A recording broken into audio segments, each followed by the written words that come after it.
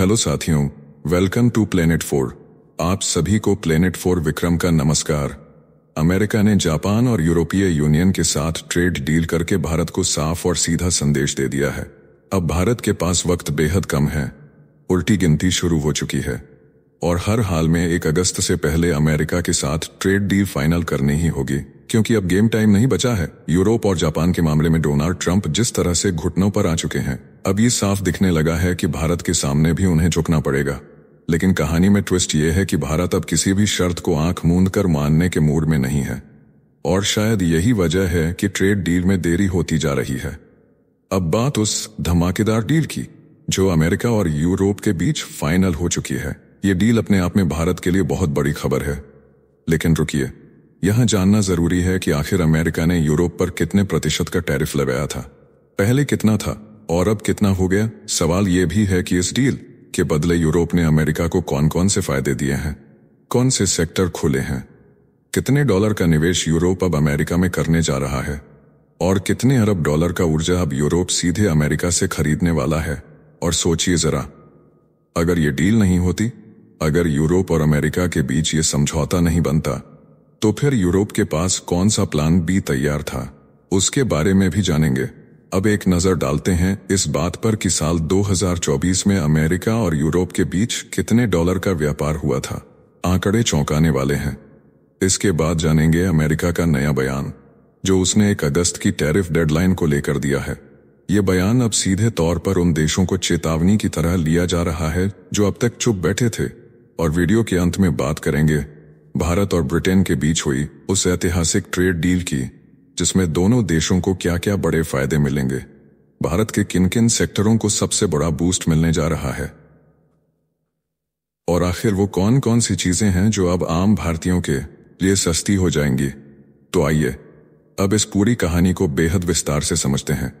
सबसे पहले देखिए, अमेरिकी राष्ट्रपति डोनाल्ड ट्रंप और यूरोपीय संघ के बीच जो यह ऐतिहासिक व्यापार समझौता हुआ है, वह असल में एक लंबे समय से चल रहे टकराव को खत्म करने की दिशा में बड़ा कदम है। अमेरिका और यूरोप के बीच टैरिफ को लेकर काफी समय से तनाव बना हुआ था, खासकर ऑटोमोबाइल्स, टेक्नोलॉजी और फूड प्रोडक्ट्स जैसे क्षेत्रों में। ट्रंप ने स्कॉटलैंड के अपने निजी गोल्फ रिजॉर्ट में यूरोपीय आयोग की प्रमुख उर्सुला वॉन डेर लेन से मुलाकात की और उसके बाद ऐलान किया कि अमेरिका अब यूरोपीय उत्पादों पर केवल 15% टैरिफ लगाएगा। पहले यह शुल्क 30% तक बढ़ाया जा सकता था, जिसका ट्रंप ने खुला संकेत भी दिया था। लेकिन इस डील के तहत टैरिफ को सीमित कर दिया गया है, जिससे यूरोपीय उत्पादों की अमेरिका में बिक्री पर ज्यादा असर नहीं पड़ेगा। इससे यह भी साफ हुआ कि अमेरिका डील न होने की स्थिति में बेहद आक्रामक आर्थिक कदम उठा सकता था। अब देखिए, यहाँ भारत के लिए एक बहुत बड़ा संकेत छुपा है। अमेरिका ने जापान और यूरोपियन यूनियन जैसे अपने बड़े व्यापारिक साझेदारों के साथ डील की, तो उसने कहीं भी 15% से नीचे जाने का नाम तक नहीं लिया। यानी साफ है, जापान और यूरोप दोनों पर सीधे 15% के टैरिफ लगा दिए गए और इसके बदले अमेरिका ने इन दोनों देशों से भारी भरकम निवेश भी अपने देश में करवा लिया। अब यहां डोनाल्ड ट्रंप का पुराना बयान फिर से गूंजने लगा है, जिसमें उन्होंने साफ कहा था कि वो अपने बड़े ट्रेड पार्टनर्स के साथ 15 या 20% से ऊपर का टैरिफ नहीं लगाएंगे। यानी यह एक तरह से रेखा खींच दी गई है और अब अंदाजा लगाना मुश्किल नहीं कि भारत के लिए भी यही 15% वाली लकीर खींची जा चुकी है। लेकिन बात यही नहीं रुकती। अब डोनाल्ड ट्रंप भारत से भी उसी फॉर्मूले पर डील चाहते हैं। मतलब अगर भारत को टैरिफ से राहत चाहिए, तो बदले में अमेरिका के भीतर भारी निवेश करना होगा। और इतना ही नहीं, अमेरिका भारत पर हथियार और ऊर्जा खरीदने का दबाव भी बना सकता है। इसके अलावा एग्रीकल्चर और डेयरी सेक्टर में भी अमेरिका भारत पर दबाव बना सकता है। हर लाइन एक इशारा कर रही है कि अब भारत को अगला कदम सोच समझकर और वक्त रहते उठाना होगा, क्योंकि अब वक्त बहुत कम बचा है और अमेरिका का मूड अब बिल्कुल तय हो चुका है। दूसरी ओर यूरोपीय यूनियन ने भी इस समझौते को ऐतिहासिक बताया और बदले में अमेरिका में भारी निवेश का वादा किया है। यूरोपीय देशों ने अमेरिका में कुल 600 अरब डॉलर का निवेश करने और 750 अरब डॉलर की ऊर्जा जैसे LNG, कच्चा तेल आदि खरीदने की बात कही है। यह अमेरिका की ऊर्जा कंपनियों और आर्थिक विकास के लिए जबरदस्त मौका है। इस डील की खास बात यह रही कि फार्मास्यूटिकल प्रोडक्ट्स को टैरिफ समझौते से बाहर रखा गया है, यानी उन पर अलग से कोई व्यापार करार नहीं हुआ है। कुल मिलाकर यह सौदा अमेरिका और यूरोप के बीच व्यापारिक संबंधों को नई दिशा देने वाला है और इससे दुनिया भर में चल रही आर्थिक अस्थिरता पर भी ब्रेक लग सकता है। यह डील उस वक्त हुई जब यूरोपीय यूनियन के दिल में यह डर बैठा था कि अगर अमेरिका के साथ व्यापारिक टकराव सुलझा नहीं तो ट्रंप बड़ा झटका दे सकते हैं। ट्रंप प्रशासन ने पहले ही चेतावनी दे दी थी कि डील न बनने की स्थिति में यूरोपीय उत्पादों पर 30% तक भारी टैरिफ लगाए जाएंगे, जिससे यूरोप की अर्थव्यवस्था पर तगड़ा असर पड़ता। ऐसे माहौल में यूरोपीय नेताओं की बेचैनी बढ़ रही थी, लेकिन ट्रंप ने अपनी मशहूर आक्रामक और सौदेबाजी वाली शैली में यह डील फाइनल कर दी और ऐलान किया कि यह समझौता 1 अगस्त से लागू होगा। उन्होंने साफ किया कि अमेरिका किसी भी हालत में समय सीमा नहीं बढ़ाएगा। मीडिया से बात करते हुए ट्रंप ने यहां तक कह दिया कि यह समझौता हमारे जीवन की सबसे बड़ी डीलों में से एक हो सकती है, जो अमेरिका और यूरोप दोनों की किस्मत बदल देगा। अगर ये समझौता नहीं होता तो यूरोपीय यूनियन ने अमेरिका को सबक सिखाने की पूरी तैयारी कर रखी थी। ब्रसेल्स ने अपने प्लान बी में अमेरिका के उत्पादों पर काउंटर टैरिफ लगाने की योजना बनाई थी, यानी अमेरिका के सामान पर भी भारी टैक्स लगाकर जवाब दिया जाता। इतना ही नहीं, यूरोपीय यूनियन अपनी एंटी कोएर्शन इंस्ट्रूमेंट नाम की रणनीति को भी लागू करने वाला था। यह एक ऐसा कानूनी हथियार है जो किसी भी बाहरी देश द्वारा दबाव डालने या धमकाने पर यूरोप को जवाबी हमला करने की ताकत देता है। अगर यह लागू हो जाता तो अमेरिका की आर्थिक पकड़ को सीधी चुनौती मिलती और वैश्विक बाजारों में एक नई लड़ाई शुरू हो जाती। लेकिन आखिरकार यह डील हो गई, जिसने दोनों पक्षों को एक गंभीर टकराव से बचा लिया। यह जो बातचीत डोनाल्ड ट्रंप और उर्सुला वॉन डेर लेयन के बीच हुई, उसका असली मकसद था दुनिया की सबसे बड़ी और सबसे अहम व्यापार साझेदारी को टूटने से बचाना। अमेरिका और यूरोप के बीच का कुल व्यापार 2024 में $1.97 ट्रिलियन के पार पहुंच गया था, यानी लगभग 1990 अरब डॉलर। यह कोई मामूली व्यापार नहीं बल्कि वैश्विक व्यापार की रीढ़ है। अगर यह डील नहीं होती तो दुनिया की 2 सबसे ताकतवर अर्थव्यवस्थाएं आमने सामने खड़ी हो जाती और इससे वैश्विक मंदी का खतरा पैदा हो सकता था। जर्मनी के चांसलर फ्रेडरिक मर्ज ने भी यह माना कि हमने अपने मुख्य हितों की रक्षा कर ली है, हालांकि वे इससे कुछ ज्यादा राहत की उम्मीद कर रहे थे। इससे साफ होता है कि यूरोप इस डील में पूरी तरह संतुष्ट नहीं था, लेकिन टकराव से बचने के लिए उन्हें कुछ समझौते करने पड़े। डोनाल्ड ट्रंप ने हमेशा इस बात पर नाराजगी जताई है कि यूरोप अमेरिका को सामान बेचकर भारी मुनाफा कमा रहा है, जबकि अमेरिका को सेवा क्षेत्र यानी सर्विस सेक्टर में घाटा उठाना पड़ता है। इस व्यापार घाटे को ट्रंप ने सबसे बड़ा धोखा तक कह डाला था। उनका मानना है कि यह व्यापारिक असंतुलन अमेरिका की ताकत को धीरे धीरे खोखला कर रहा है।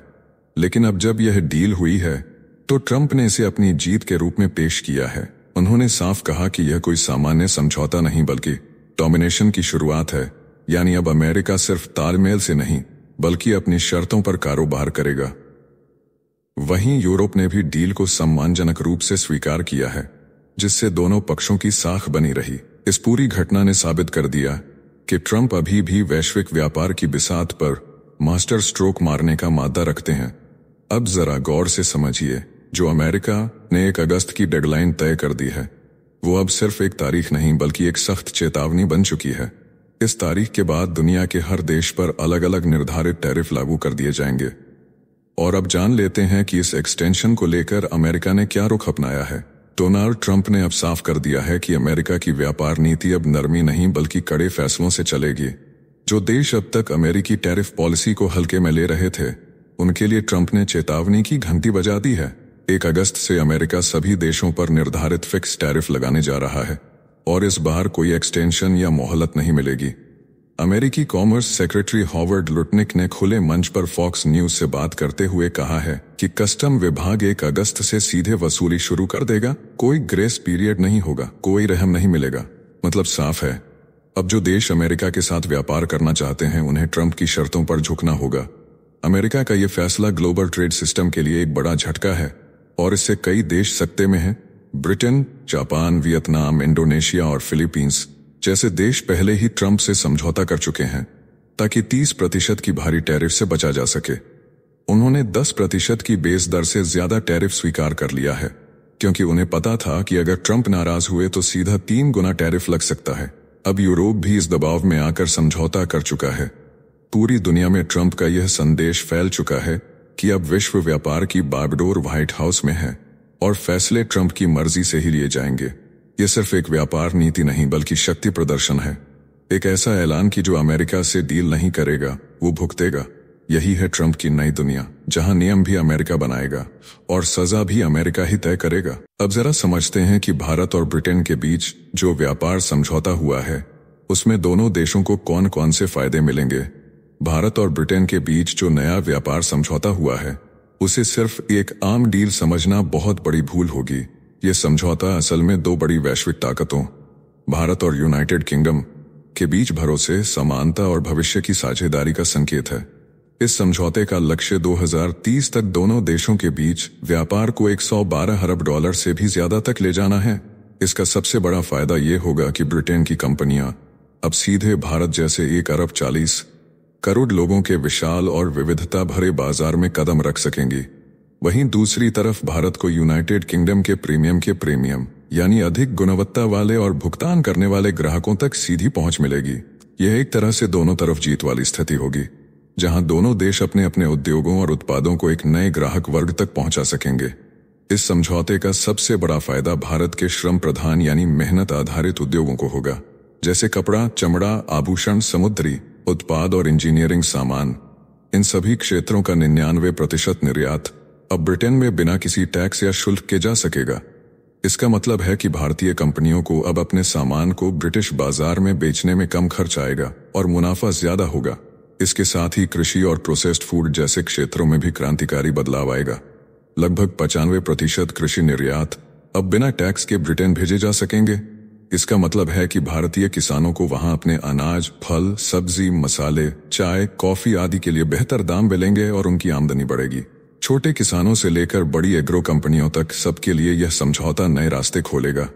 यह एक तरह से मेक इन इंडिया और फार्म इन इंडिया को दुनिया के सबसे प्रतिष्ठित बाजार में ले जाने वाला ऐतिहासिक कदम है।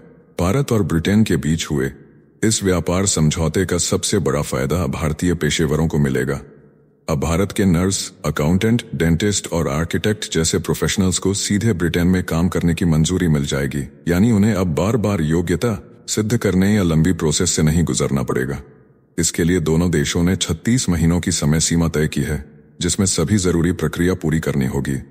इसके अलावा बिजनेस विजिटर्स को हर 6 महीने में 90 दिन तक रहने की इजाजत होगी और अगर कोई कर्मचारी अपनी कंपनी के साथ ब्रिटेन ट्रांसफर होता है तो वह 3 साल तक वहां रह सकता है। साथ ही उसके साथ उसका पार्टनर यानी जीवन साथी और परिवार के अन्य सदस्य भी वीजा पर वहां रह सकेंगे। IT, फाइनेंस, हॉस्पिटैलिटी, ट्रांसपोर्ट और बिजनेस सर्विसेज जैसे 33 क्षेत्रों के लोग अब सीधे 12 महीने तक ब्रिटेन में काम कर सकेंगे। इतना ही नहीं, 16 तरह के स्वतंत्र प्रोफेशनल्स जैसे सलाहकार, कंसल्टेंट्स या फ्रीलांस एक्सपर्ट्स को भी वहां काम करने की छूट मिलेगी। खास बात यह है कि ब्रिटेन ने वादा किया है कि वह इन भारतीयों पर किसी तरह की संख्या सीमा या आर्थिक आवश्यकता की शर्तें नहीं लगाएगा। यह समझौता सिर्फ भारतीयों के लिए ही नहीं बल्कि ब्रिटेन के लिए भी बेहद फायदेमंद है। ब्रिटेन की जिन वस्तुओं पर भारत में अब तक बहुत ज्यादा टैक्स लगता था, जैसे स्कॉच विस्की, मेडिकल डिवाइसेज और इलेक्ट्रिक कारें, अब उन पर भारी राहत दी गई है। स्कॉच विस्की पर लगने वाली भारी सीमा शुल्क यानी ड्यूटी अब पहले ही साल में घटाकर 75% कर दी जाएगी और आने वाले 10 वर्षों में इसे केवल 40% तक लाया जाएगा। वहीं इलेक्ट्रिक गाड़ियों पर जो टैक्स पहले 110% था, अब उसे घटाकर महज 10% कर दिया जाएगा। इससे ब्रिटेन की ये कंपनियां भारत में खुलकर व्यापार कर सकेंगी। इसके बदले में भारत ने भी ब्रिटेन की वित्तीय सेवाओं, पर्यावरणीय सेवाओं और प्रोफेशनल सेवाओं के लिए अपना बाजार खोला है। कुल मिलाकर अब भारत और ब्रिटेन के बीच व्यापार केवल माल यानी सामान के इर्द गिर्द नहीं रहेगा, बल्कि टैलेंट, पेशेवर सेवाओं और लोगों की आवाजाही पर आधारित एक नई अर्थव्यवस्था की तरफ बढ़ेगा। यह समझौता दो देशों के बीच सिर्फ व्यापार नहीं बल्कि टैलेंट का आदान प्रदान और साझा भविष्य की दिशा में बड़ा कदम है।